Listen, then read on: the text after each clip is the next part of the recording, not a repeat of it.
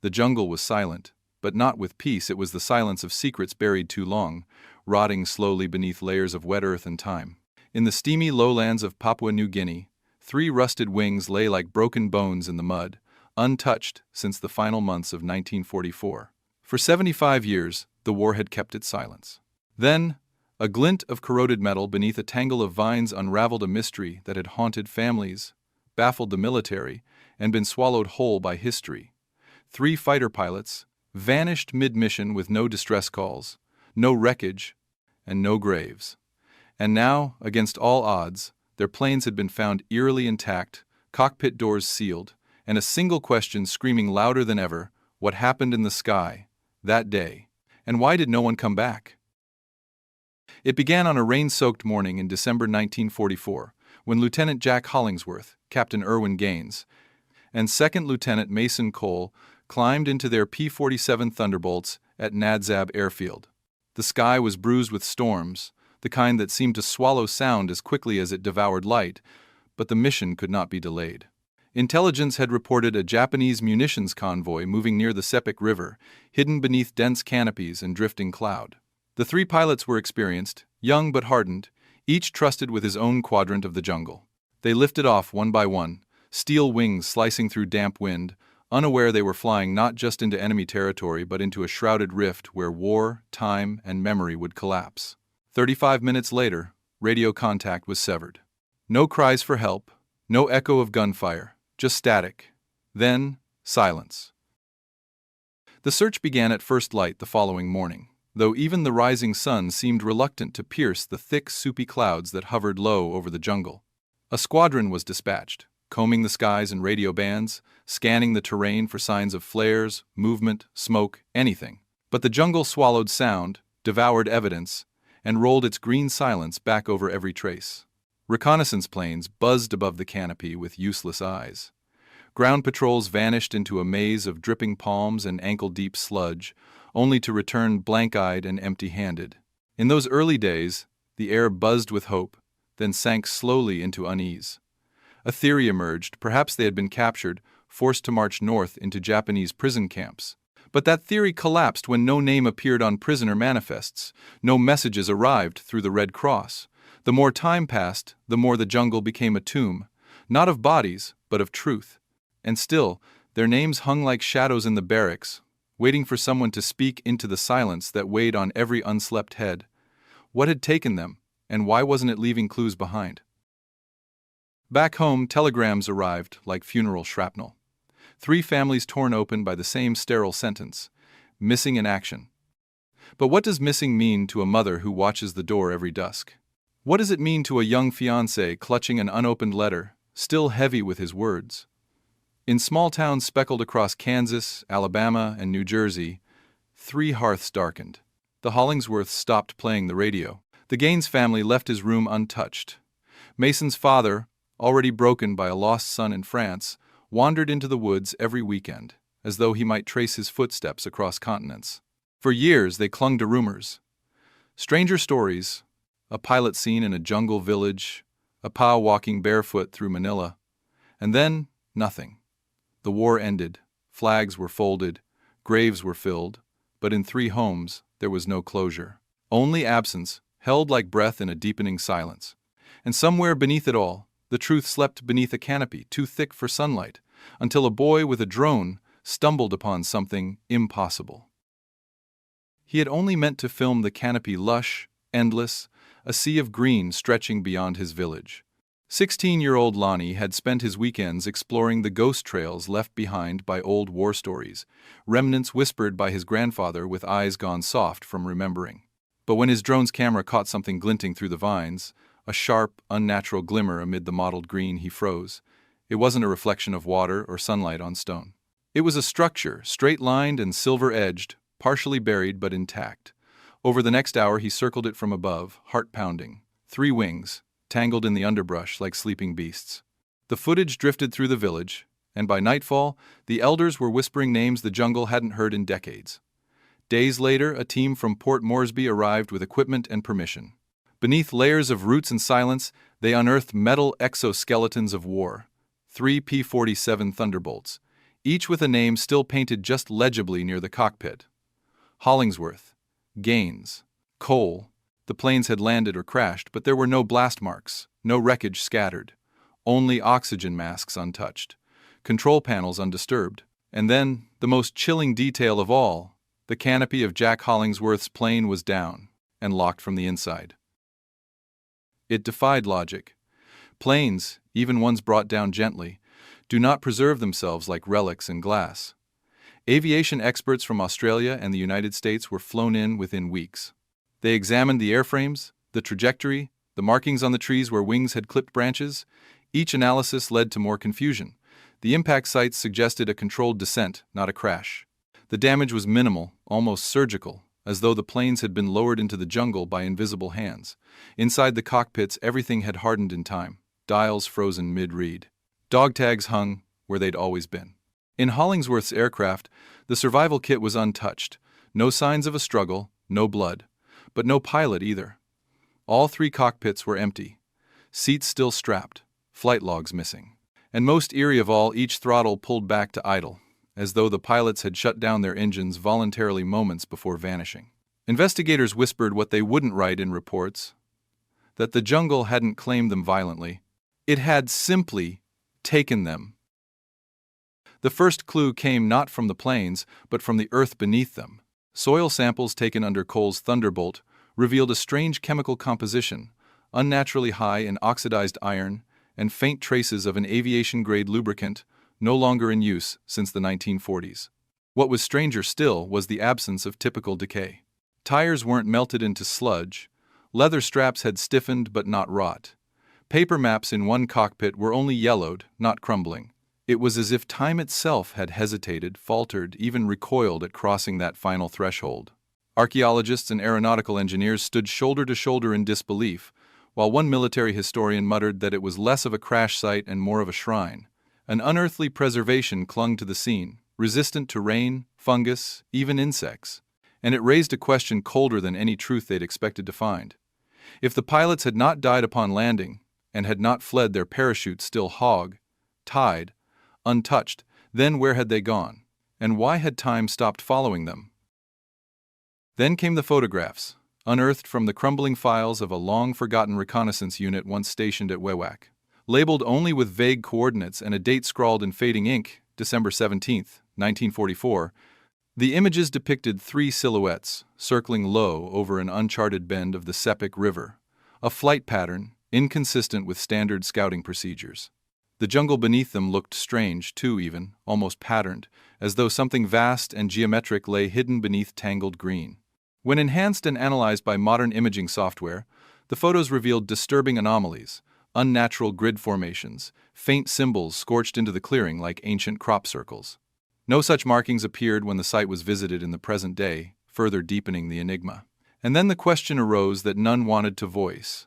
Were these men drawn to that specific stretch of jungle, or were they lured? One by one, the puzzle pieces emerged from decades of darkness, but with each revelation came a darker undertow. A surviving note, brittle and water-damaged, was discovered in a field report filed but never followed up, buried in mislabeled boxes deep in an Australian defense archive. Scribbled hastily in pencil were 10 words: saw lights spiral, engines gone silent, trees moved unnaturally, pray. It was unsigned, time-stamped the very hour contact with the 3 pilots was lost. The handwriting never matched any of the missing men. No one knew who wrote it or how it arrived, only that it had been logged, ignored, and forgotten. Paranormal investigators dismissed it as war-era hysteria. Military officials refused comment. But others, historians, locals, even skeptics, began to speak of the Sepik Bend in hushed tones. They didn't use the word cursed. They didn't have to. Because if the jungle could preserve metal and silence alike, if it could outlast memory yet leave behind intact ghosts of war, then it wasn't just hiding the truth, it was guarding it. But among all the recovered artifacts, it was the camera that shifted everything.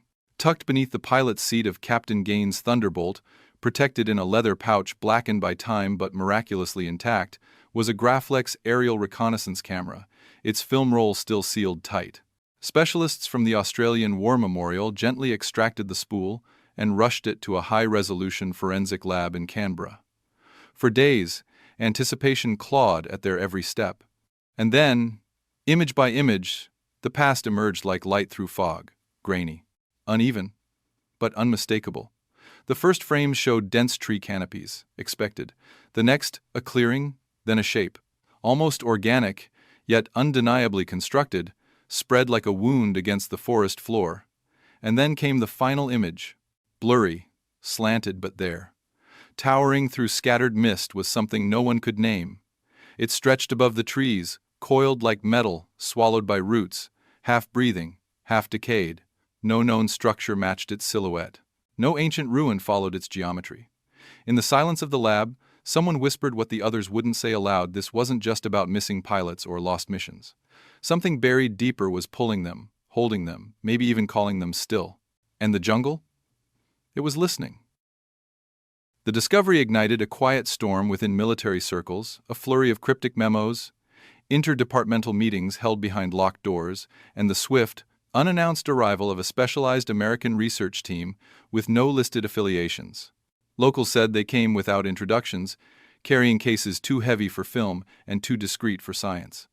They camped at the site for 11 days, blocking public access with the aid of regional defense personnel. No statements were issued, no progress shared. When they left, they took nothing publicly except the camera, the soil samples, and a sealed container from beneath the cockpit of Mason Cole's aircraft. Satellite imagery captured several power surges in the area during their stay, but when questioned, officials cited electrical storms. The jungle, once whispering, fell silent again. But in the wake of that silence, legends began to take new shape. Not just of planes that vanished, but of a place forbidden.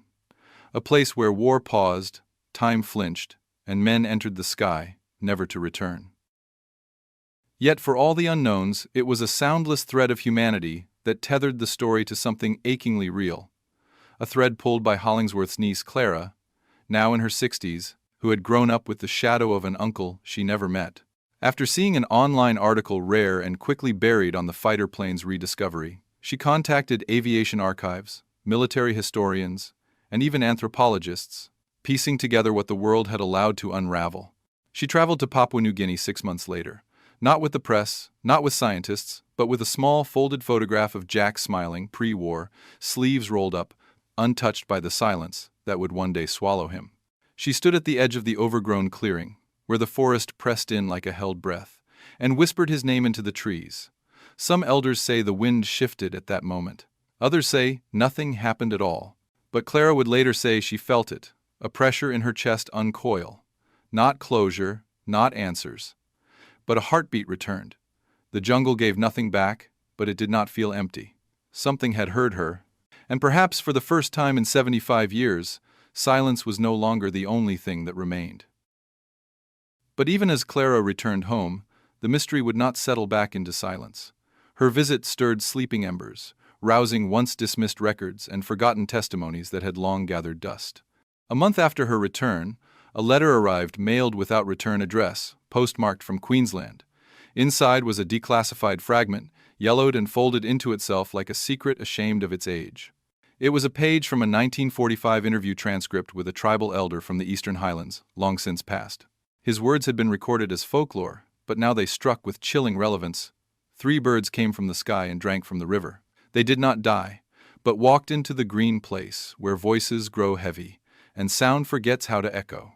The trees closed behind them, not with anger but with hunger. The interpreter had made a note in the margin, possibly metaphorical. Elder was visibly disturbed. What once was dismissed as mythology now nestled against evidence like an old wound reopened by truth. What had the jungle offered them? Sanctuary, prison, or something stranger? And though science and logic gasped to keep pace, the final question remained unanswered, pulsing like a fever dream through time itself. Not just where the pilots had gone, but whether they ever truly left. In the years that followed, the discovery became less a solved mystery and more a whispered myth, embedded in the bones of military files and retold in corners of academia that dealt with the unexplained. Yet the most haunting twist came not from new evidence, but from the absence of expected decay. Annual expeditions back to the crash site found the plains unchanged, untouched by 11 months of rain, insects, and Sunday. No moss had grown further, no rust had spread, Clara, returning on the 2-year anniversary of her first visit, found everything exactly as before, the cockpit glass unclouded, the dog tags still swinging faintly in the breeze, and near Cole's aircraft, a fresh set of footprints in mud that should have long since dried. There were no confirmed arrivals, no logged expeditions in the preceding month. Just prints, human, barefoot, deep in a way barefoot steps shouldn't be. And then came the final twist, hidden away in an appendix of an Australian climate report, tracer levels of electrical interference that surged not during government visits, but 3 days after Clara's whispered goodbye, as though something or someone responded, as though the jungle hadn't finished telling its story, and was waiting to be asked again.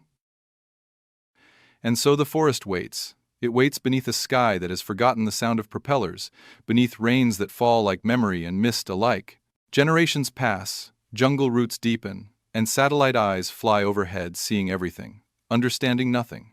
The mystery of the 3 vanished pilots has become neither tragedy nor triumph, but parable. A reminder that even in an age of relentless progress, some frontiers cannot be mapped, some echoes do not fade, but loop endlessly through the silence. They were sons, warriors, ghosts now bound not to headstones but to an unseen threshold, a moment paused in history like breath before a scream. And somewhere beneath the canopy, past where maps end and logic falters, 3 machines of war rest still, their cockpits sealed, their flight unfinished, not lost, not forgotten, held, as though the sky itself made a covenant with the green abyss: take them and keep them whole. But what if they were not alone? It was a question raised in quiet, in archived transcripts, and corners of speculation, by those who noticed similarities striking and subtle to other disappearances that war had obliged history to forget. Reports of single-pilot losses near Guadalcanal, a squadron that vanished over Indochina with nearly identical silence and no wreckage. Patterns once dismissed as unrelated now curved toward a dizzying alignment, not of accident, but of design. Certain locations, all remote, veiled in dense canopies or treacherous terrain, hosted stories too alike to ignore. 3 planes sealed, 3 pilots missed. Echoes that rippled not through space, but time itself. Could there be something older at work? Something the earth remembered, even when the world above forgot? In that question hung a truth that perhaps no one wanted but all feared, that the jungle hadn't simply kept its secret, but had done so before. And may yet again.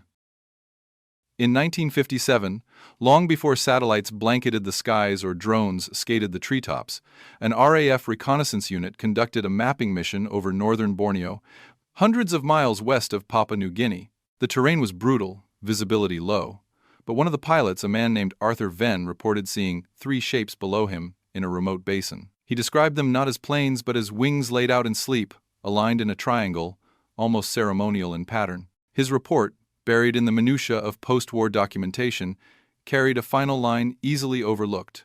They shimmered oddly in the cloudbreak, as if not entirely here. The observation was dismissed. Arthur retired, forgotten.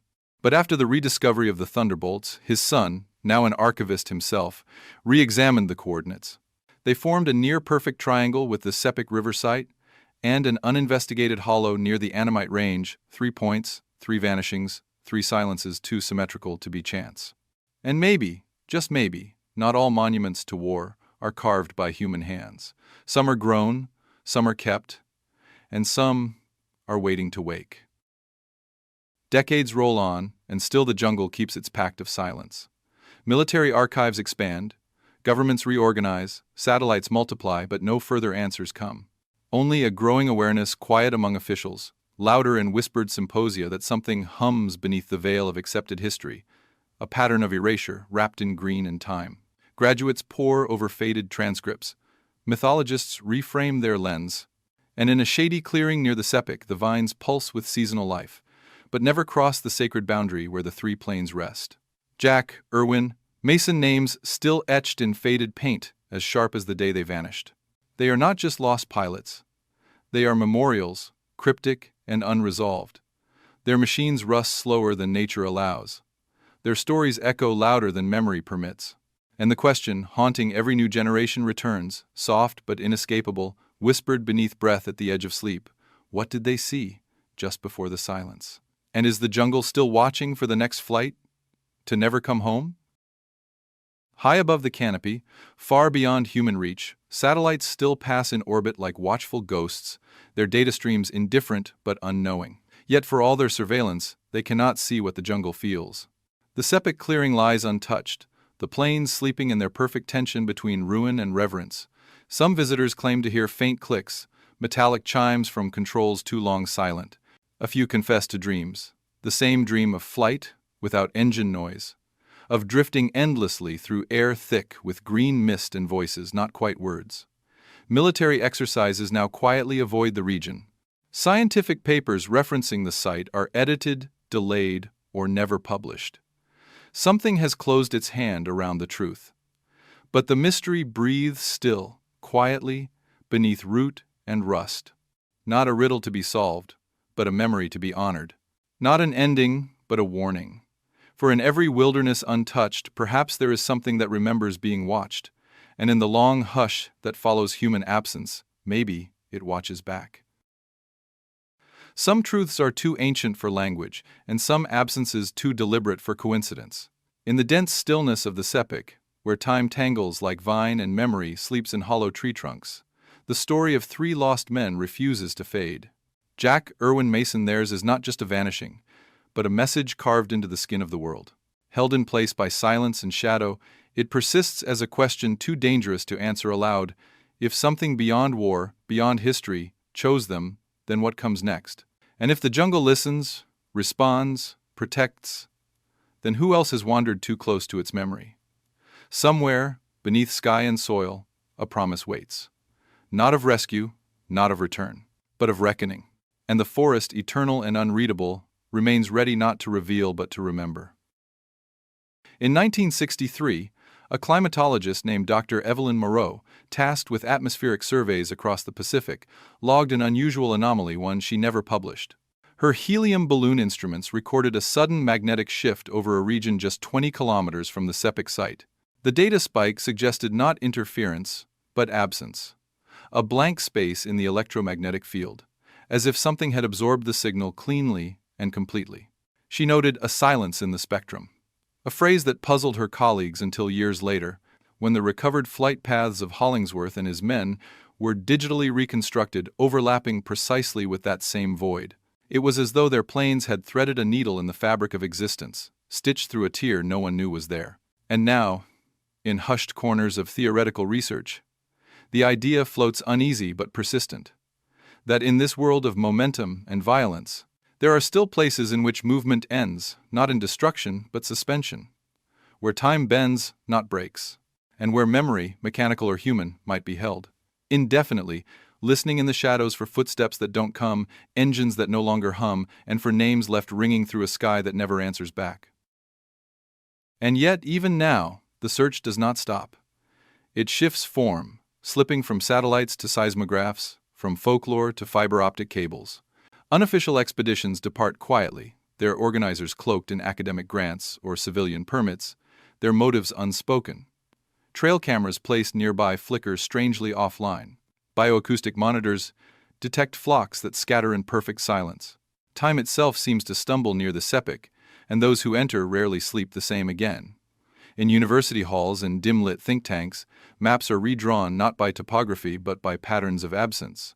And the names Hollingsworth, Gaines, Cole are spoken not as mourning but invocation, a reminder that history, once silenced, will always find its voice again. Perhaps buried in film, in fungus, in a letter long unopened, or perhaps waiting still, just beyond the reach of logic, in a thicket where the air tastes of rust and memory. The sky once lost them, but if the forest found them first, then maybe it never gave them back at all. Somewhere deep in the archives of silence, a reel of encrypted data was quietly decrypted 6 months ago.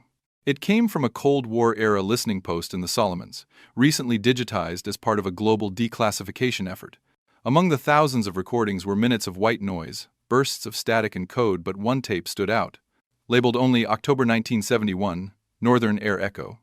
It contained a 23-second burst of low-frequency resonance layered over an old military channel thought defunct. Audio specialists detected something strange woven into it, 3 tones, rising and falling with rhythm, identical to the Morse signatures of 3 call signs assigned to Jack, Erwin, and Mason. repeated twice, then gone. No surrounding chatter, no environmental trace, no logical source. Just 3 ghostly signatures captured decades after their last known flight. It was dismissed in public record. But somewhere, across scorched terminals and unspoken corridors, someone is still listening. Because echoes, once released, do not vanish. They travel, they circulate like blood in the body of time. And in that jet-black channel between the known and the unknowable, 3 names continue to pulse, unwilling to be silenced, and unready to be forgotten. Even now, in forest silence and digital static, the threads remain taut, unbroken by time, untouched by reason. There are no final chapters in stories written by the earth itself, only pauses, held in breath and mud, waiting for someone to ask the old questions again. What keeps metal unmarred? What preserves silence without witness? And why do certain souls vanish not in chaos, but in perfect stillness? The answers do not lie in wreckage or radar returns. They lie where language halts at the edge of a clearing, at the lip of vanished time, where 3 fighter pilots flew into mist and memory, and left behind not tragedy, but testimony. Their story is not an unsolved mystery. It is a living one. And somewhere, beyond coordinates and conjecture, the jungle waits not with darkness, but with decision, ready, if dared, to open its silence once more. Decades may turn into centuries, and the jungle may change names and nations, but some truths are immune to erosion. They are etched not on stone nor in ink, but in the rhythm of leaves, in the hush of wind over wreckage that refuses to degrade. Somewhere beneath that velvet canopy, between vine-choked ruins and uneasy silence, 3 fighter planes still rest as if asleep beside one another, kept in alignment by something more ancient than gravity. Their pilots Jack Erwin Mason do not lie buried. They are not lost. They are chosen, preserved, suspended in a truth that cannot yet be told. And as the world presses forward, oblivious and hungry for noise, it forgets one unshakable, low-burning truth. There are places on this earth where history stops following the rules. Places you don't find, but that find you. In such places, war does not end, life does not leave, and stories do not die. They wait, and they remember. In 2021, one final development sent a ripple through the ever-deepening quiet. A private artifact preservation group, funded quietly through a mix of anonymous donations and retired aviation veterans, obtained permission to conduct a non-invasive magnetic resonance scan of the site. What they found was not more wreckage, nor unmarked graves, but something older. Beneath the shallow earth near Hollingsworth's plane, less than 3 meters down, the scan detected an oblong chamber, hewn not by explosives or machinery, but seemingly grown. Its outline did not obey architectural logic, it curved like bone, refracted magnetism like water. And at its center, something small, metallic yet organic in shape glimmered. The team documented everything. Then, without explanation, their equipment failed. Data vanished, their permits were revoked, and the clearing returned to sleep. Today, only 4 people remember the scan. One of them checks the clearing's coordinates daily, flagging sudden changes in satellite shadow. Another stopped talking entirely. And the last, a former technician, now calls the place not a mystery site, but a threshold. Perhaps he is right, because some graves are not meant to be found. Some signals are not meant to end.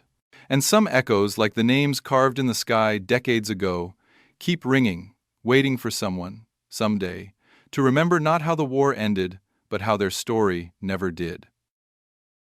So the story endures, not as folklore, not as myth, but as a living fracture in the smooth veneer of history. It is not about resolution, it never was. It is about what remains when logic evaporates and time folds in on itself, when wreckage becomes relic and silence itself takes shape as a witness.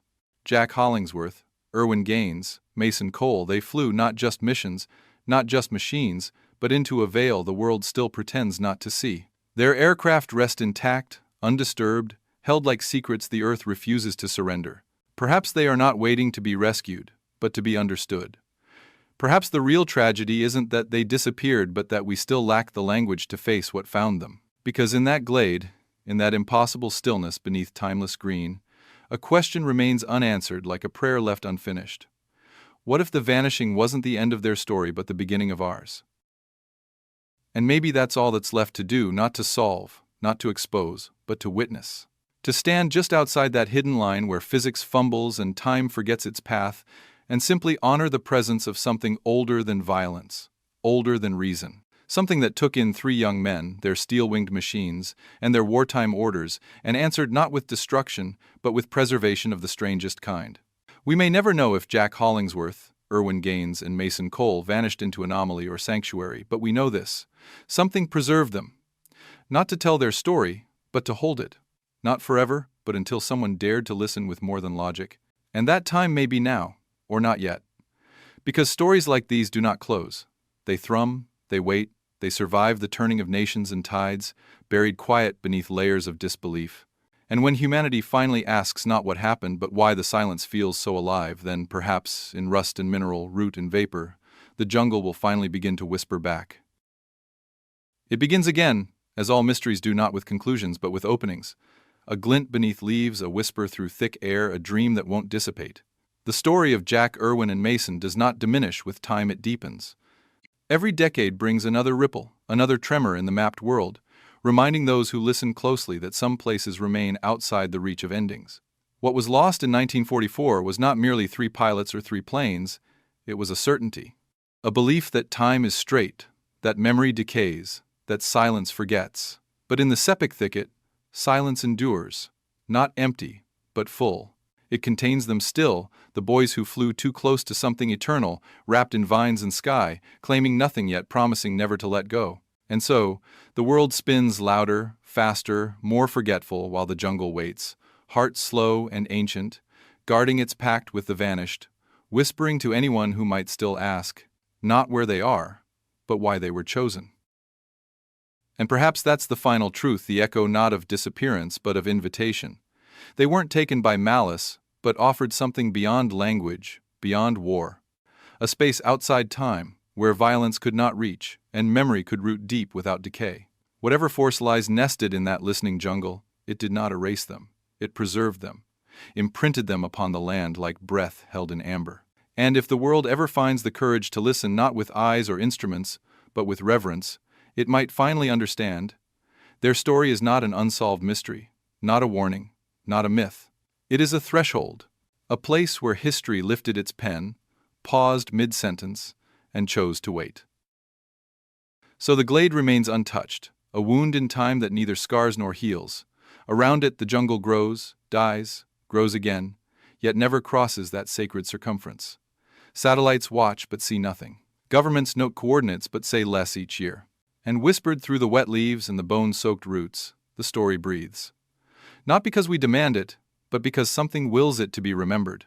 Jack, Erwin, Mason, 3 names that outlived the war, outlasted history's footnotes, and became more than men. They became myth. Proof that in this world of equations and endings, there still exist places where the rules unspool not chaotically, but deliberately, elegantly, as if by design. The jungle keeps them, the silence sustains them. And we, watching from the edge of understanding, can only ask the one question that matters. Not what happened to the pilots, but what kept them there, and why it still does. Because in the end, this story was never about aircraft, battles, or even war itself. It was about liminality, the delicate line between presence and absence, between logic and legend, where the world's order dissolves into something humbler, older, more aware. The sepik site is not just coordinates, it is a question, etched in silt and silence, asking again and again why remembrance survives where explanation does not. For what mankind calls disappearance may sometimes be choice, or fate, or invitation to something it cannot yet name. And perhaps one evening, in some century yet unwritten, someone will step quietly into the glade, past the boundary where rules relent, and realize with sudden, breathless certainty they have not been lost to the jungle, but kept by it. And still, they are waiting. They are waiting not for salvation, but recognition. Not for discovery, but understanding. Like echoes suspended between heartbeats, their story pulses beneath the canopy, woven into the tissues of a place that refuses to forget. The silence is not passive. It is curated, held with care the way one might hold a secret that could unravel the seams of reason. What began as a wartime mystery now lives as a monument to the unanswered and the unanswerable. For Jack, for Erwin, for Mason, the world gave uniforms, coordinates, and tombstones without bodies. But the jungle gave stillness, without decay, held them not in death but in something stranger, in memory without expiration.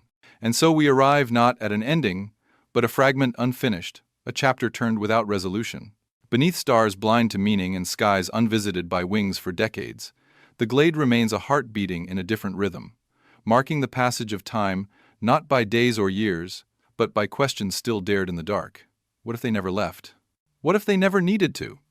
What if their story was only ever meant to be heard, not solved? In the hushed language of the forest, where sap hums in place of clocks and moss thickens over forgotten truths, the glade endures like an ancient breath, long, patient, and indivisible from the soil itself. There, no time passes as we know it. There, absence is not vacancy, but reverence. The jungle, like all things that outlive intention, does not need to explain. It remembers. It holds. And maybe that's the only kind of truth that truly matters, not dates or reasons or even names, but the simple shattering fact that some moments are too sacred to resolve. So Jack Hollingsworth, Erwin Gaines, and Mason Cole remain not lost, not found, but witnessed. Their plains, untarnished relics of a war that moved on without them, sleep beneath whispering leaves and waiting sky, guarded not by men or myth, but by silence itself. And in a world that forgets too quickly, they consecrate something the rest of us cannot touch, a story that endures not by what we know, but by what we cannot. So the silence remains a final testimony in a world that demands proof, but rarely deserves it. In that shrouded basin where vines dare not creep further and rainfall dares not stain metal, the story of three vanished men lives on. Not solved, not sealed, but breathing in rhythms too old for science and too deep for history. The glade is not a grave, but a covenant. A living monument to what lies just outside the grasp of reason. And perhaps that's where all truths end up, not in headlines or reports, but in places like this, where sky and soil conspire to preserve those few whose endings were never meant to be written. As long as roots twine in silence and wing-shaped shadows rest unmoved, Jack, Erwin, and Mason remain not as echoes, but as the question that lives after everything else falls quiet. Their story ends only in one way, in the stillness that listens back. And so, long after the war drums ceased and the maps were redrawn, the jungle writes its own narrative in roots and rusted fuselage, in wind that moves but does not waver. The glade remains untouched, untamed, uneager to release its charge. And in it, the haunting truth lingers like mist, that not all closure comes in the form of answers. Some come wrapped in reverence, in the quiet knowing that what was taken was not discarded, but held. Jack Hollingsworth, Erwin Gaines, Mason Cole, they are not whispers of the past, but the still beating heart of a place where time bows its head. Their story is not a call to decode the impossible, but a threshold to be humbled by. And when the last recorder fails, when the final inquiry falls away, the wind will still move gently through that sacred canopy, chanting three names no longer lost, but kept cradled within the hush of a world that for whatever reason chose not to let them end. And perhaps that is how they live, on not in documentaries or declassified briefings, but in what refuses to be silenced. In morning mist, catching sun through the glade, in the shiver of wind that passes uneasily over still wings, in stories told between sleep and waking, by those who've touched the tree line and felt something watching. They are warnings. They are memory. They are possibilities suspended just beyond the reach of certainty. Jack, Erwin, Mason, three names not erased by history, but elevated by it. Carried not by answers, but by the unanswered. And as long as shadow meets light, and silence speaks without sound, their story will continue to echo not behind us, but ahead, part of something the world has yet to name, and may never be ready to understand. So the glade holds its breath, as it has for generations, the hush beneath the canopy deeper than any silence made by man. No warplanes cross this path now, no search parties lay new footprints in its soil. Only wind slow, heavy with memory passes through, looping endlessly around three forgotten names.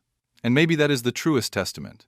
Not the mystery, not the speculation, not even the relics themselves, but the enduring act of being held. Of being remembered, not with answers, but with awe. For in a world starving for resolution, hungry to cage every unknown, this place dares to remain unresolved. And so Jack Hollingsworth, Erwin Gaines, and Mason Cole are not simply gone. They are etched into something older than history, kept alive not by evidence, but by the sacred act of stillness. And perhaps in the end, that is all we need to know, that some stories remain, not because they are explained, but because they are sacred. And in the deepest heart of the jungle, where sound forgets how to echo and vines hold their secrets like prayer, 3 lives remain suspended, not in tragedy, but in reverence. Not forgotten, but chosen. And maybe that's where the truth must rest, not in the banality of databases or behind locked government vaults, but in the breathless pause between belief and myth. What began in 1944, with 3 pilots vanishing above a war-torn canopy, has become something far more than an unsolved case. It is a living memory, wrapped in silence and draped in awe, guarded not by walls but by foliage and time itself. Jack, Erwin, Mason, names once spoken by loved ones in doorways and dreams, now exist as more than memory. They are part of the land, stitched into the skin of a place where answers are not refused, but transformed. Their legacy is not in what we know, but in what we accept we may never understand. And in the tenderest silence, deeper than loss and louder than any final report, that legacy echoes, not gone, not forgotten, simply held. And still, the jungle keeps its promise. In that glade where metal sleeps and memory stands unshaken, maybe we do not need answers to justify the silence. Maybe it is enough to know that something, be it fate or force or the listening will of the earth, chose to cradle these 3 lives in stillness rather than end them in violence. Jack Hollingsworth, Erwin Gaines, Mason Cole, names no longer bound by ranks or reports but by resonance. They are not relics, they are reminders. That even in the most relentless march of time, even within the tumults of war and the precision of science, there remain places where the universe writes its own endings or refuses to write them at all. And in those sacred absences, where vines grow around machinery and silence becomes sacred script, we do not find conclusions, we find awe. Because some stories are not told to end, they are told to endure. And so, the jungle keeps its promise. And we, from far beyond the canopy's reach, must keep ours, to remember and never stop listening. And so the last page turns not to an ending but to an understanding beyond meanings. The jungle keeps them, the silence sustains them. And we remain just outside the boundary line, our logic trembling in its shadow, our curiosity haunting its edge. We may never breach the circle where time holds its breath, and 3 lives wait not to be recovered, but remembered. Their story is the kind forgotten by strategy, overlooked by history textbooks, but preserved in the hush between myth and mourning. Jack Hollingsworth, Erwin Gaines, Mason Cole, born not to legacy, but to something deeper, the sacred unknown. Let the glade remain untouched. Let it speak only in silence. Because in a world frantic for answers, they remind us of the rarest knowing that some truths live not through discovery, but through reverence. Not every mystery must be solved. Some must simply be held, and in that endless hush beneath the septic sky, they are.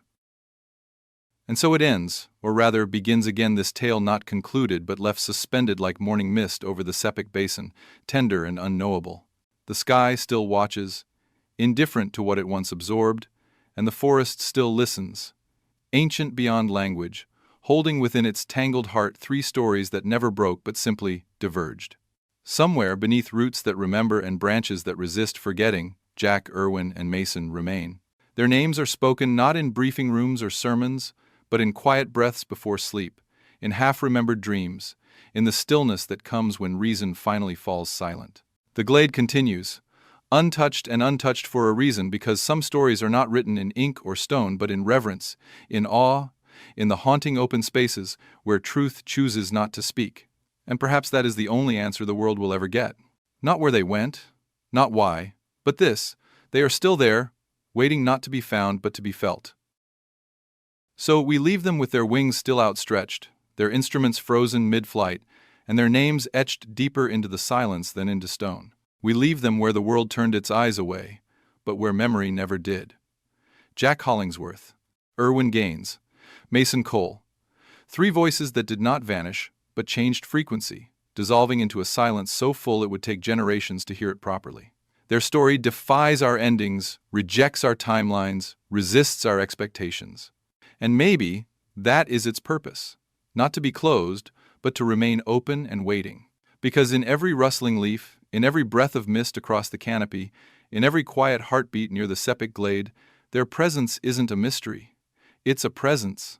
And that is where we leave them, not in a forgotten grave, not in a declassified footnote, but in the unbreakable stillness of a place that chose to remember when history did not. Not lost, not gone, simply held.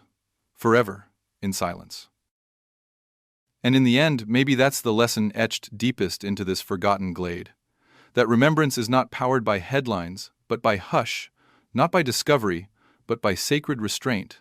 Jack Hollingsworth, Erwin Gaines, Mason Cole, their fate is no longer a cold case to be solved, but a threshold of unspoken reverence. Some stories demand silence, not as avoidance but as sanctuary. Beneath moss-choked wings and skies too patient to interrupt, their story endures, not demanding attention, only asking not to be erased.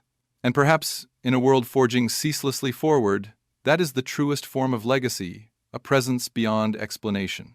The Sepik clearing does not offer resolution, only remembrance. And in that rare, breath-held pause history sometimes allows, we are reminded, not all echoes fade. Some find a home, some become sacred. And some held in the hush between time and truth never stop speaking. You just had to listen differently. So now we arrive at the threshold, the last breath of the tale, but not its end. The tale waits, as it always has, beneath that eternal canopy where memory grows denser than air and silence weighs more than gravity. The wreckage sleeps, the instruments wait, and the names linger, not etched in tombstone, but in the rhythm of the forest itself. From faraway cities and long quiet homes, echoes continue to drift back toward that verdant hush, seeking not truth, but presence. Because presence is the only truth the jungle ever offered. Jack, Erwin, Mason. Their story was never meant to be unfolded neatly, like a map. It was meant to be stood before, breath held, heart quiet, and felt. And as you walk away from these words, perhaps it is not answers you carry, but the reverent awareness that somewhere, still untouched, a glade remembers what the world forgot. And within it, 3 lives are kept whole, waiting, and sacred, held forever in the arms of silence. And maybe that silence, that impossibly alive, impossibly tender silence, is all the answer we were ever meant to receive. Not every story needs truth to be powerful. Not every ending needs clarity to be real. In the Sepik glade, where war once skimmed the treetops and 3 young men vanished into something older than memory, the earth has chosen not to explain, but to cradle. Jack Hollingsworth, Erwin Gaines, Mason Cole, they are not waiting to be found. They were never lost. They have become something else entirely. The breath between worlds, the hush between footsteps, the flicker just beyond reason. And in that, perhaps, lies the greatest legacy of all, not permanence, not proof, but presence. Sacred, untouchable, eternal. Held forever in a place where the jungle still keeps its promise in silence, sharp as longing, still listens back. And so their story disappears not into the shadows, but into light diffused through endless green, into the breath between thunder and calm, into the sacred pulse of a world too vast for certainty. What began with a mission and ended in silence has become its own mythology, not one demanding belief, but inviting reverence. Jack Hollingsworth, Erwin Gaines, Mason Cole, they are reminders stitched into the forest's very soul, that some journeys strip away time and return as something wider, weightless, waiting. And as the last wind sweeps gently across that untouched glade, brushing against fuselage and vine with equal memory, one final truth remains. They were not just lost to war or swallowed by jungle, they were entrusted to silence. And silence, when it chooses to hold rather than hide, becomes the only echo we ever truly need. Not lost, not gone, simply remembered by the canopy, by time, and now, by us. They say the jungle takes, but sometimes, incredibly, it gives something back, not in the form of answers, but in the form of enduring presence. There are places on this earth, marked not by monuments but by the refusal to forget, where the outline of a vanished story still glows faintly in the soil and in the soul. And in that one clearing, under vines that dare not cross and skies that no longer roar with steel wings, 3 names are whispered not mournfully, but reverently, because they were not taken, not broken, not erased. They were chosen, not to disappear, but to become symbols of the sacred void between knowing and believing. And if we have anything to offer them now, it is not investigation but stillness, not explanation but remembrance. For they are not ghosts to fear, nor riddles to solve. They are promises made by the earth itself, sealed in silence, and offered only to those willing to hear what words cannot hold. And so we leave them, not beneath stone or stars, but beneath breath, memory, and the sacred hush of a jungle that after all these years still gently listens back. And maybe, just maybe, that is all the ending we will ever need. Not in revelation, not in retrieval, but in reverent acknowledgement of what persists when all else fades. The glade does not demand to be solved, only remembered. The silence does not hide, it holds. And the names Jack Hollingsworth, Erwin Gaines, Mason Cole, are not echoes of loss, but anchors of truth, tethered to something greater than time. In the hush beneath that endless canopy, we are reminded that history is not only what is written, but what endures in the quiet hearts of places that refuse to forget. So we step back, breath slowed, knowledge humbled, and let the jungle keep its secret. And in doing so, we answer the story the only way it can be answered, not with fact but with feeling, not with closure but with care. Because the greatest tribute to those three vanished souls is not the certainty of what happened, but the promise that we kept listening, long after the world stopped asking. And in that listening, they are never truly gone. So let the story of Jack, Erwin, and Mason end not in silence, but in the soundless hum of a truth greater than any we can define, a truth kept safe beneath a guardian forest, shielded from time's blunt tools and the world's impatience. Let it rest where memory has shape and silence has purpose. Let it speak for all unresolved departures, for all lives whose endings refuse to be written in ink. Because some mysteries are not curses, they are sanctuaries, set aside by the quiet majesty of a world that understands more than we do. In the septic glade where root and rust hold hands, three young men are kept not out of reach, but just beyond hurry, waiting not for roads or questions, but for reverence. And we, at the edge of that verdant eternity, can do nothing more sacred than this: to remember, without needing to know, to stand, breath stilled, hearts open, and listen. Because some stories do not end, they become places. And some names, Jack Hollingsworth, Erwin Gaines, Mason Cole, become far more than who they were. They become the silence that never forgets. So let this be the last breath before silence resumes the final heartbeat, echoing from a story too sacred for conclusion. The septic glade will remain what it has always been, a testament carved not in granite, but in stillness. Jack, Erwin, Mason. They are not abandoned souls, not lost chapters waiting for recovery, but entrusted presences woven into the fabric of a place far older than any map or mission. Their tale is not a cry for resolution, but an invitation to humility, to wonder, to the slow realization that some truths do not shout, they simply remain.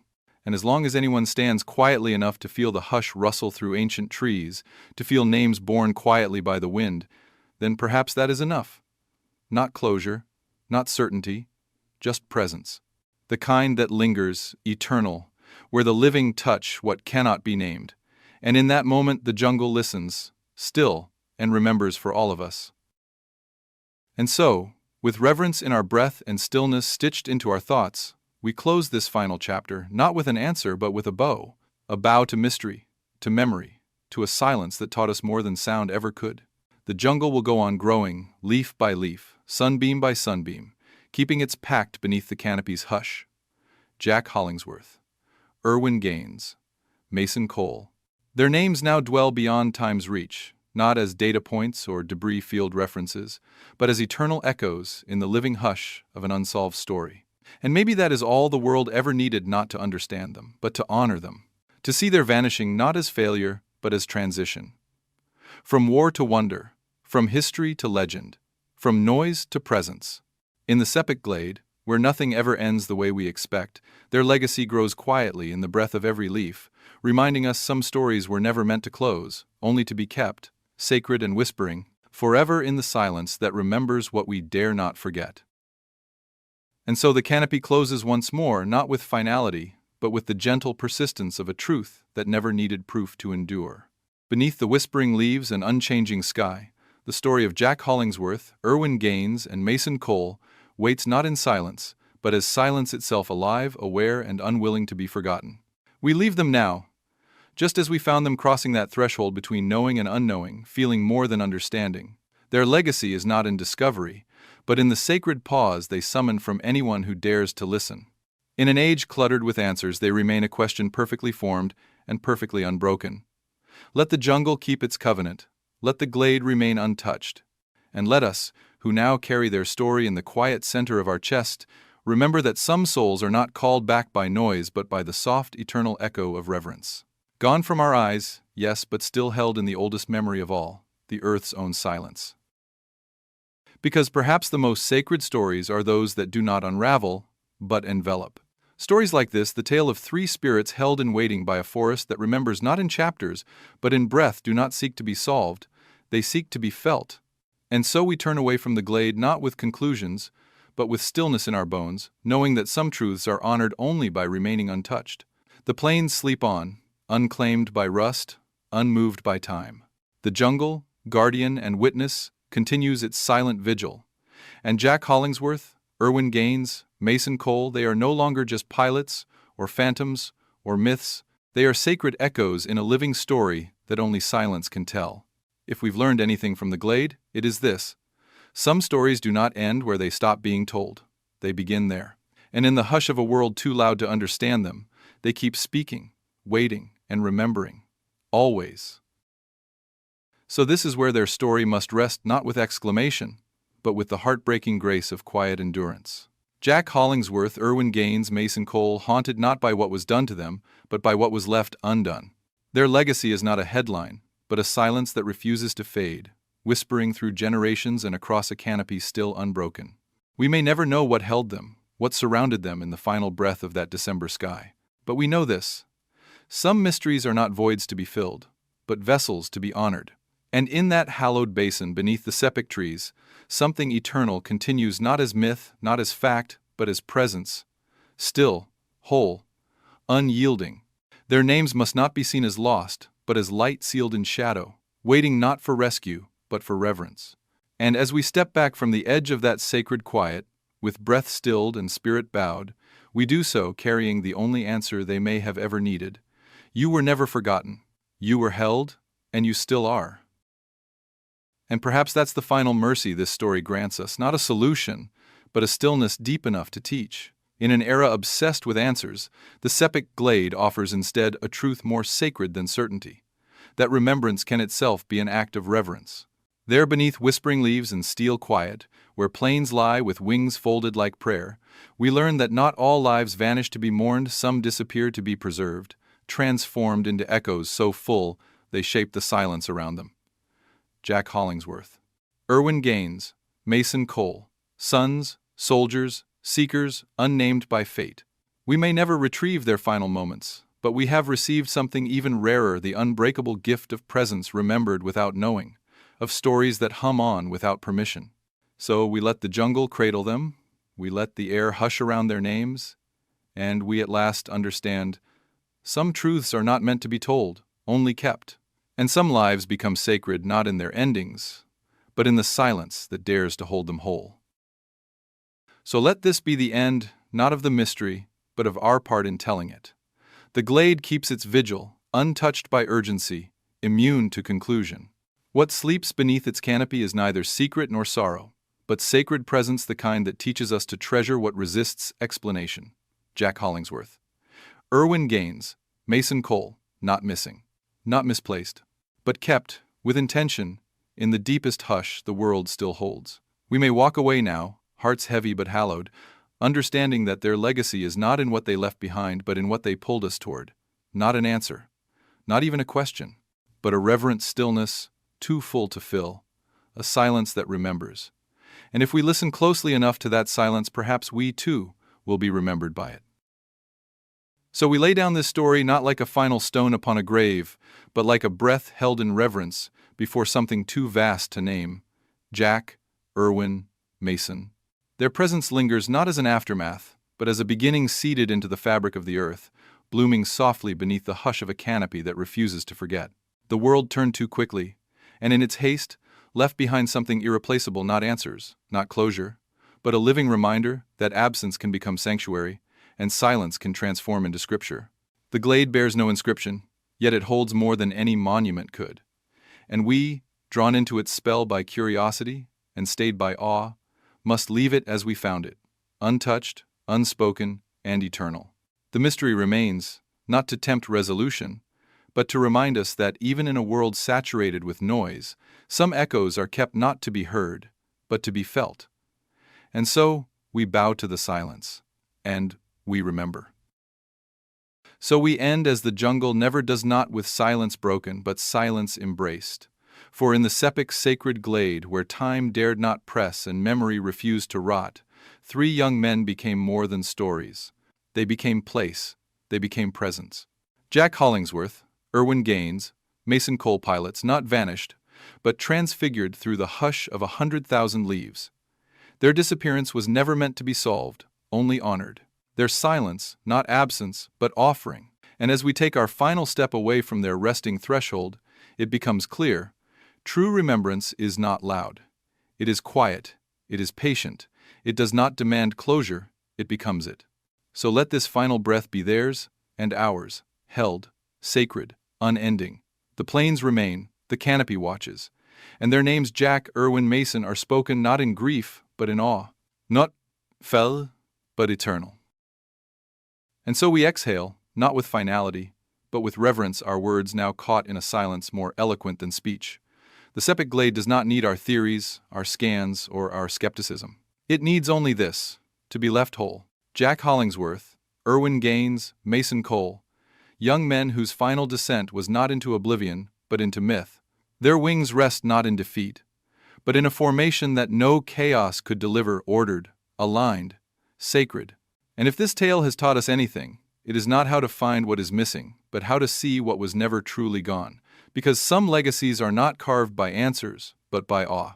And as the jungle reclaims its hush and the canopy folds gently overhead, we do not close this story, we step away, heads bowed, leaving its quiet brilliance undisturbed beneath the listening trees. In that eternal stillness, 3 names remain not etched in stone, but in the breath we hold for all that cannot and should not be explained. So walk carefully from this place, not because it is fragile, but because it is sacred. The glade behind you remains quiet, not abandoned, but fulfilled. Jack, Erwin, and Mason are part of something the world was never meant to decode. Their final flight lingers not in black boxes or flight manifests, but in the rhythm of a jungle that chose not to forget. And wherever their path stretched through fog, through sky, through the unseen, they arrived not at disappearance but at devotion. The story is not only theirs now, it is ours too.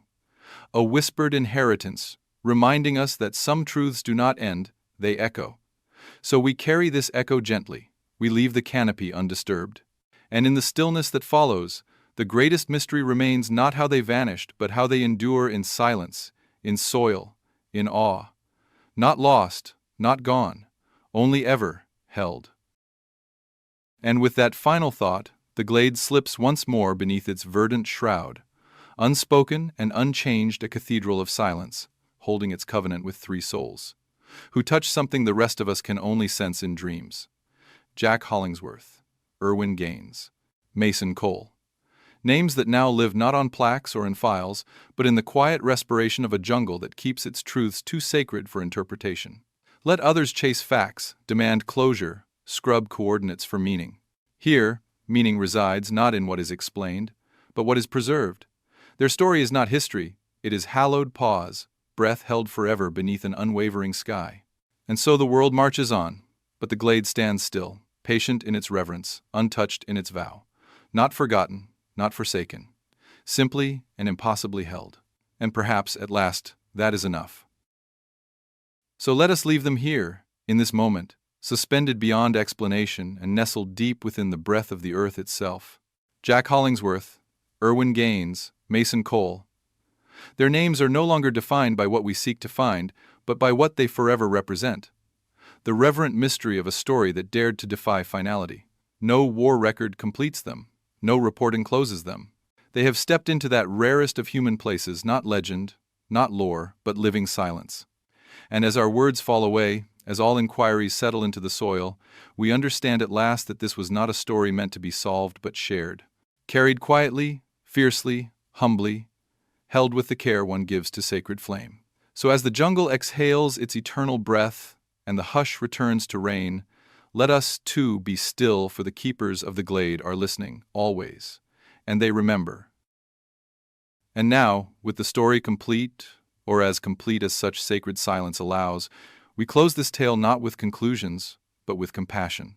Jack Hollingsworth, Erwin Gaines, Mason Cole, their journey did not end in the chaos of war, but in the calm gravity of something bigger, something unknowable and sovereign. They passed not into history, but into haven, wrapped in a forest that chooses vigil over verdict, memory over meaning. And in leaving them here, folded gently beneath unseen stars, we become part of a lineage, not of facts, but of reverence. This final breath, this final silence, is not goodbye but a promise. To carry their story with listening hearts, to let wonder survive where answers fail, and to honor a presence too profound for words. The jungle remembers, the silence holds. And now, so do we. So the canopy breathes one last time, not with revelation, but with remembrance. In that undisturbed glade, where three plains rest beneath soft filtered light and vines that curve gently, not greedily, a truth deeper than endings holds steady. Jack Hollingsworth, Erwin Gaines, Mason Cole, their names are no longer tethered to time, war, or disappearance. They are bound to something older, quieter, more holy. Not symbols, not unanswered questions, but sacred presences nested within a world content never to clarify, only to keep. And as our story folds closed like dusk settling on the treetops, we offer no resolution, only a final reverence. For some stories outlive curiosity, some silences outshine words, and some lives are never meant to return, because they already dwell in places we only visit when we listen with awe instead of answers. So let them remain, watched only by trees, remembered only by hearts willing to accept that the most eternal truths are those we do not solve but hold, always. And so, like the final flutter of leaves before stillness, we step back from the edge of understanding, humbled not by what we learned, but by what refused to be explained. In this quiet conclusion, drawn not from facts, but from feeling, we leave Jack Hollingsworth, Erwin Gaines, and Mason Cole held forever in the breath of a jungle too wise to speak and too faithful to forget. Let the canopy close gently overhead. Let the silence reclaim its throne. And let us remember, not with urgency, but with awe, that these three lives did not vanish into nothing. They were taken into something sacred. May their story remain not only as myth or mystery, but as memory in its most reverent form. Unsolved, unspoken, untouched, but never unkept. So we close the circle not with answers wrapped in certainty, but with breath held in wisdom. The winds pass gently through the sepik grove, never louder than a whispered name. Jack, Erwin, Mason. Their story, left suspended in leaf-filtered light and root-bound shadow, has become more than recollection, it is invocation. Let it be said, not with sorrow, but solemnity. They were chosen by something far older than nations, taken not for punishment, but for remembrance. And in this perhaps lies the truest ending any story so sacred could hope to find, not in pages turned, but in footsteps paused, in hearts slowed before awe. For they are not gone. They are the quiet rhythm beneath the silence, the taste of stillness that follows storms. This is not an afterword, it is a vow, that no matter how deeply the jungle protects its secret, we will leave space in our memory for what cannot be unraveled. And in doing so, we honor the greatest mystery of all, not what happened to them, but what they became. So this becomes our final tribute, not a conclusion, but a candle left burning quietly where sunlight filters soft through a canopy that has long chosen to protect rather than explain. Jack Hollingsworth, Erwin Gaines, and Mason Cole remain not suspended in mystery, but anchored in a kind of eternal grace.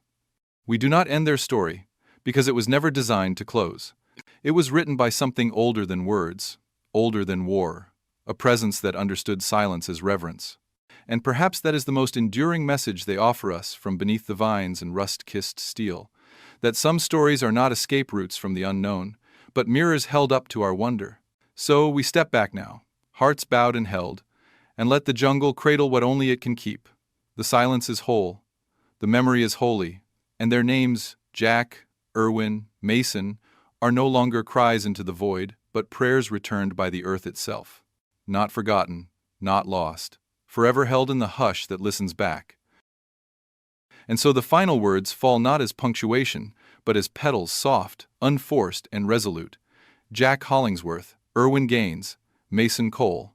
They remain not as fading echoes of war, but as embodied silence beneath the watchful boughs of a jungle that has outlived memory itself. In that hush beyond time, where the canopy breathes glacially and the vines never overreach, they exist not in how they vanished, but in how they're remembered, not with answers, but with awe. Let no theory disturb their domain. Let no hunger for facts dismantle the temple that nature raised for them, not from stone or ritual, but from stillness, reverence, and time, slowed to a sacred crawl. Their story does not beg for understanding. It awaits only this, a final act of listening, so complete and so quiet that it might finally be worthy of the silence that saved them. The jungle has kept its promise. Now, it is ours to keep theirs. So now we turn away not to forget but to carry. In the glow of a story that breathes through vines and rust, we leave Jack Hollingsworth, Erwin Gaines, and Mason Cole as they should be left, unbroken, unburdened, and eternal. Their tale will not fade, for it lives in the quiet places, in the corners where memory dares not dissolve. Let it be known, not shouted from rooftops, but spoken softly when the air is still, that their final flight did not lead to absence, but to presence. Not absence from war, but essence within peace. And as the canopy exhales once more, lacing the breeze with names too sacred to change, we step back, eyes lowered, hearts awake. The glade is closed now, as it always was, protected not by fences, but by the holiness of silence. And in that silence, they remain, watched by the sky, guarded by the earth, and remembered in awe, in truth, and forevermore. So at last all that remains is breath, the kind that stirs leaves but not conclusions, that brushes past relics without disturbing them. The story of Jack Hollingsworth, Erwin Gaines, and Mason Cole does not conclude in understanding nor in discovery. It resolves only in reverence, for beyond coordinates and beyond questions lies a glade that will never yield its whole truth because it was never meant to. And in that decision, in that sacred withholding, something eternal is protected. The final sound is not testimony, not theory, not revelation. It is remembrance. Deep and still and indelible, not just of the three who vanished, but of what they became, a sanctum of silence against the world's noise, a covenant that some stories live best not when solved, but when kept.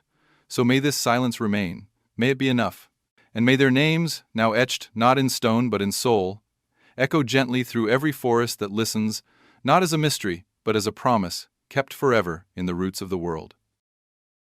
And so, with the last breath traced softly through moss and memory, we leave them there, not lost, but luminous, folded forever into the canopy's sacred embrace. Jack Hollingsworth, Erwin Gaines, Mason Cole, three souls whom war could not claim and time could not erode. Their story closes not with the ring of finality, but with the resonance of a truth too deep for language, too holy for explanation. May their silence remain untouched, their presence undefiled, a testament not to absence but to awe. And may we, once drawn into their echoing mystery, carry forward not just their names but the rare reverence of a world that just once chose awe over answers. The jungle keeps them, the silence guards them.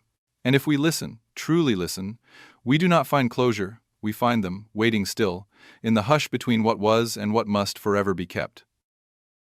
And thus, as all endings circle back to beginnings, we leave the glade exactly as it was found, untouched, unspoiled, and wrapped in the thick, watchful stillness of a world that keeps its rarest truths close.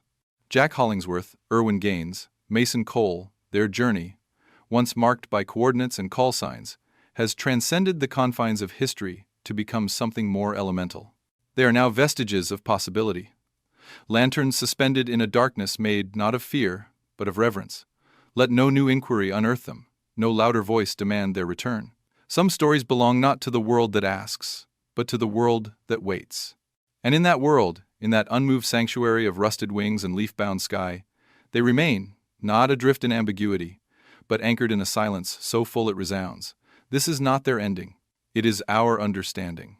That we were never meant to solve them, only to remember. And in that remembrance, they are eternal. So let us mark this final moment, not as a conclusion, but as a pause, one held in the deepest part of knowing, where logic bows and silence still rules. The jungle keeps its secret, the canopy remains sealed, And in that untouched glade, time itself lays down its tools. Jack Hollingsworth, Erwin Gaines, Mason Cole, their tale is not a ghost story, not a fable, but something more sacred, a responsibility, to carry wonder without demanding answers, to let silence mean something again. And as we part from this tale, we do not leave questions behind. We leave behind the need to ask them. For those three names carved in the breath of the forest have already given us the only truth that matters, that remembrance without understanding can still be holy. That presence, quiet and unyielding, can outlast time. So let them remain, as they have always been, not solved, but safeguarded, not vanished, but venerated. And may we walk away not louder, but quieter, forever changed by the silence that chose to hold them whole. And so, we bring this story to a quiet close, not because it has offered us answers, but because it has given us something rarer, reverence. In the enduring hush of the septic glade, where vines pause mid-climb and sky refuses to forget, Jack Hollingsworth, Erwin Gaines, and Mason Cole remain not unsolved, but sacred. Their presence has slipped beyond the reach of maps and memory, resting instead in the rhythm of a world that still knows how to wait. We step away now, not victorious, not defeated, but deeply changed. For in a tale where nothing resolved, everything was revealed not in data, not in discovery, but in stillness. Let the jungle keep its vow, let the silence remain whole. And let us, having listened with awed hearts and humbled breath, remember the only truth that ever mattered, that they are not missing, they are kept. And that, long after memory fades and explanation fails, is how stories become eternal. So let this final breath be a benediction, a graceful retreat into the eternal hush where presence is felt, not explained. Jack Hollingsworth, Erwin Gaines, Mason Cole, they remain untouched not by neglect, but by design, entrusted to the sacred quiet of a world wiser than our questions. In the septic glade, where instruments are stilled mid-flight and vines curl reverently around untouched cockpits, their story does not close, it radiates. A legacy not defined by what we found, but by what we dared to feel. As we leave the edge of understanding, stepping gently back into the world of noise and need, may we carry with us not just their memory, but their mystery. Guard it as the jungle does, not to hide it, but to honor it. For some echoes are not meant to bounce off walls, but to settle in the heart, reminding us that to truly remember is not to possess, but to bow, not vanished, not lost, simply and forever held. So we close the final door softly, not against darkness, but into the warm breath of remembrance where mystery is not menace but mercy. The story of Jack Hollingsworth, Erwin Gaines, and Mason Cole has never been about a resolution. It has always been about resonance. A chord struck so deep in the roots of the world that it continues to hum beneath our feet. The plains remain, the glade holds, untouched, not by neglect but by reverence. There will be no plaque to explain, no broadcast to announce, no final chapter to decode. Only this: 3 lives, faithfully kept by the earth, forever offered as a sacred echo to those who are willing, truly willing, to listen with their whole heart. And as we leave this sacred hush, we honor that echo, not with certainty, but with care, with the breath we take next, with the silence we choose to carry home. The jungle remembers, the canopy protects. And somewhere, just beyond the edge of what we know, their presence continues, not as a question unanswered, but as a truth we were never meant to solve, only to hold. So in the end, as all winds circle back and all stories settle into stillness, we leave them where they belong, not in pursuit, not in theory, but in reverent quiet. Jack Hollingsworth, Erwin Gaines, Mason Cole, their names ride not on reports, but through the breath of trees that never forgot them. Let others seek answers that refuse to come. Let the glade remain undisturbed, untouched, a sanctuary beyond time and testimony. Some stories do not close their pages, they rest in open air, allowing silence to be the final keeper. And if we are wise, if we are gentle, we will let them be not relics of uncertainty, but guardians of reverence. For theirs is not the silence of loss, it is the silence of being kept. And in a world that forgets so easily, may we choose instead to remember, without needing to resolve, to honor without needing to know, and to listen always with awe, where voices once fell silent, and were never meant to be raised again. So, let this final line be a quiet vow, not to chase what lies forever just beyond the veil, but to cherish what lingered long enough to teach us how to listen. Jack Hollingsworth, Erwin Gaines, Mason Cole, their story is not a mystery we failed to solve, but a sacred truth we were entrusted to carry. In the stillness of the Sepik glade, beyond time's reach and history's gaze, they remain not in absence, but in presence, too profound to speak. Let the jungle keep its covenant, the trees stand watch, the silence speak its ancient tongue. We need ask nothing more, only feel the weight of what was never lost, only held. And in that holding, may we learn that the most enduring stories are not the ones that shout, but the ones that wait quietly, faithfully, until we are finally ready to remember without needing to know, to honor without needing to explain. Some names, after all, are not echoes at all, they are beginnings. So we leave them now not with lost hopes or unanswered pleas, but with the sacred understanding that some presences are too whole to ever be broken, too deeply rooted to ever be unearthed. Jack Hollingsworth, Erwin Gaines, Mason Cole, their story is now a part of the Earth's own memory, woven into the silence, stronger than any voice. And as the canopy breathes above them, undisturbed and infinite, the final truth takes shape not in discovery, but in devotion. They are not waiting, they are witnessing. Watching the world from a stillness we cannot see, remembered not by ceremonies, but by the hush carried in hearts changed by listening. This isn't the end to be unraveled. It is the beginning held in peace. In every untouched leaf, in every breath of humid wind curling softly over steel no rust will claim, they remain as echoes, as guardians, as the softest proof that some stories, when left in reverence, live forever. So let them be.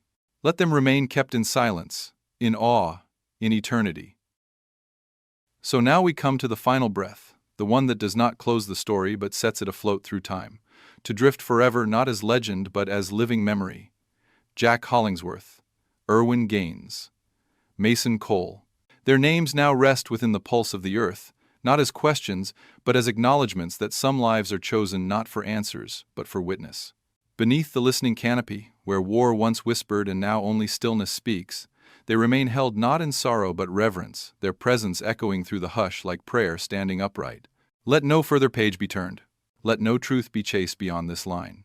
Because in this final silence, the story has already done what stories rarely do.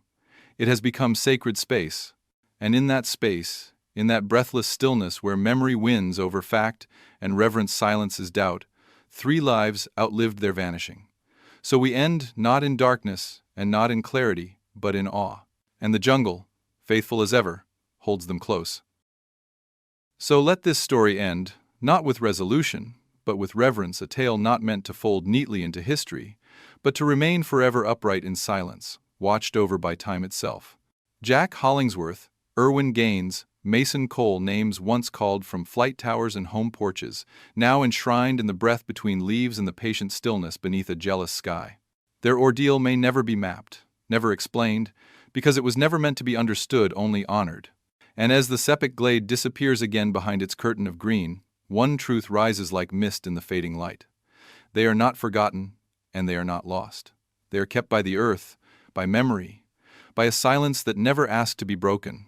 And that, perhaps, is the only ending sacred enough for a story like theirs. Not found, not solved, simply remembered. And in that remembering, eternal. So now, as the final word fades into the hush that held it aloft, our only task is to step back with care and carry this story not as investigators, not as historians, but as quiet stewards of its truth. Jack, Erwin, Mason. They remain cradled in a place too sacred for answers and too rare for repetition, their memory intact, unmarred by time's forgetting. The jungle has not demanded belief, only respect. The silence has not yielded facts, only reverence. And perhaps that is enough. In a world desperate to unravel every thread, this tale remains deliberately entire, waiting not to be explained, but to be felt. So let us place this memory gently into the earth of our imagination. Let it root as story, as symbol, as threshold. And wherever we go next in noise, in knowing, may a part of us always listen back, to that glade, to those names, to the silence, that never truly let them go. So if this is the quiet where we part ways, reader from story, heart from hush, let it be with grace. Let it be with heads bowed gently to the memory of 3 souls whose flight did not end in wreckage, but in resonance. Jack Hollingsworth, Erwin Gaines, Mason coal woven forever into the breath of a forest that understood them more deeply than any war report ever could. Their names do not drift into oblivion, but settle, like seeds, into the living silence that chose to keep them whole. We walk away now, not as seekers of finality, but as keepers of reverence. Because not every mystery was made to be solved. Some were made to sanctify. And in the eternal hush beneath the sepic canopy, that sanctity endures.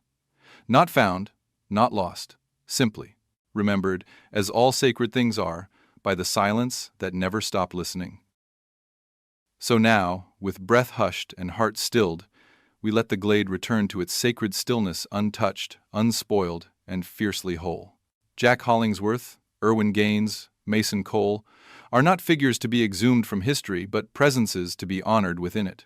Their story, like the jungle that keeps it, was never meant to shout, only to endure. And so we end not with certainty, but with the deepest kind of remembrance, the kind born not from answers, but from awe. Let us leave them where the earth chose to hold them, beneath quiet skies and listening trees, not as puzzle pieces, but as prayers. Not finished but fulfilled, and when the noise of the world grows too sharp, and the questions too loud, may we remember that in one sacred clearing, silence itself breathes their names, and still, ever so gently, listens back. And so, this story closes not as history, but as hallowed breath suspended between the known and unknowable. In the quiet eternity of the sepic glade, where the sky no longer questions and the earth no longer explains, Jack Hollingsworth, Erwin Gaines, and Mason Cole are not legends born of myth or loss, they are the presence that lingers when time kneels. Stainless in silence, eternal in reverence, they remain sheltered by a jungle that keeps its promises. Let no further question trespass here, for the answer has always been the same. Some vanishings are not endings, but guardianships. Some silences do not call for voice, they call for grace. And in that grace held close in green asylum, and watched over by a sky unchanged since 1944, 3 lives go on, not in disappearance, but in sacred defiance of time itself. Let them rest, brightly unseen, in the gentle knowing that they were not forgotten. They were chosen to remind us what stillness truly means.